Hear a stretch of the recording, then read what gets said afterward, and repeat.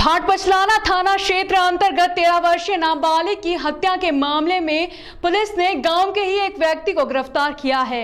आरोपी ने पूछताछ में बताया कि उक्त आरोपी चोरी की नीयत से घर में घुसा था, जिसके चलते उसका सामना नाबालिग से हुआ। उसके बाद उसने नाबालिग की हत्या कर लाश घर में ही छुपा दी थी।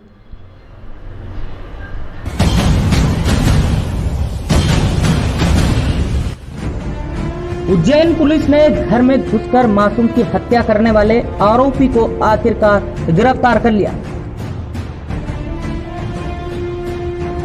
जी हां, वारदात भाट पचलाना थाना क्षेत्र की थी, जहां पर एक घर में एक मासूम नाबालिग, उसी के घर में बोरों के बीच उसकी लाश मिली थी। इसके बाद पुलिस ने जांच पड़ताल शुरू की।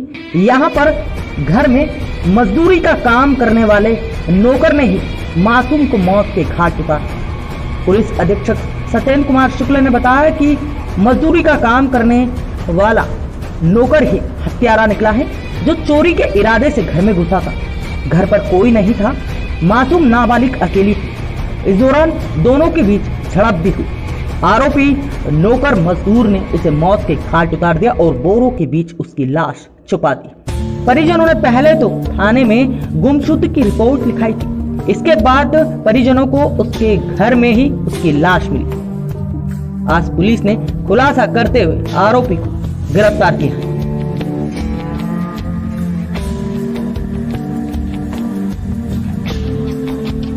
तारीख को एक भाट पचलाना थाने के खिड़ावदा गांव से एक रिपोर्ट आई थी, जिसमें एक बालिका के गुमने की रिपोर्ट की गई थी।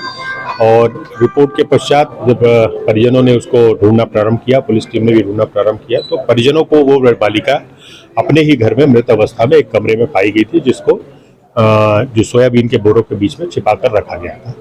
पूरी घटना की संवेदनशीलता को देखते हुए अतिरिक्त पुलिस अधीक्षक श्री आकाश बोरिया, एसडीओपी पुष्पा प्रजापति और टीआई संजय वर्मा, और इसके साथ जो हमारी सपोर्ट टीम है, जिसमें एफएसएल टीम डॉक्टर प्रीतिया गायकवाड़ और हमारी जो टेक्निकल टीम है, इन सब लोगों ने जाके उस घटनास्थल में हर पहलू पर साक्ष्य जुटाना प्रारंभ किया। स्पष्ट ये हुआ कि घटना जब उसकी नानी मंदिर गई है 9 बजे सवेरे गई है और 9:27 पे आई है। इस 27 मिनट के दौरान ही कोई व्यक्ति अंदर जाकर इस घटना को कारित किया। तो हमने उस 27 मिनट के दौरान किनके क्या मूवमेंट रहे, इस संदर्भ में जांच करना प्रारंभ की गई और उसमें हमारे 5-6 संदेही इस दायरे में आए।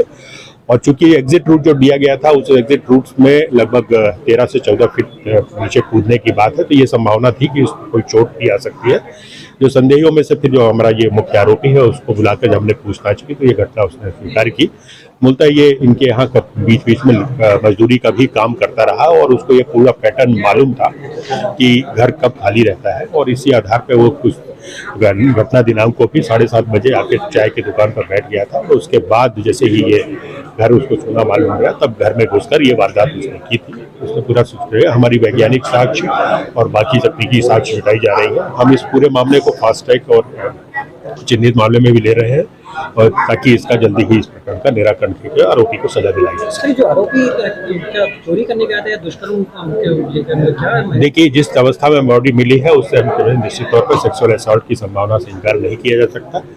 इस आरोपी का स्वयं का जो कन्फेशन है, उसका ये कहना है कि हमने चोरी के इरादे से गया था और ये घटना उस चोरी जब सामने आ गई तो ये घटना कारित की। दोनों के बीच हाथापाई संघर्ष हुआ है।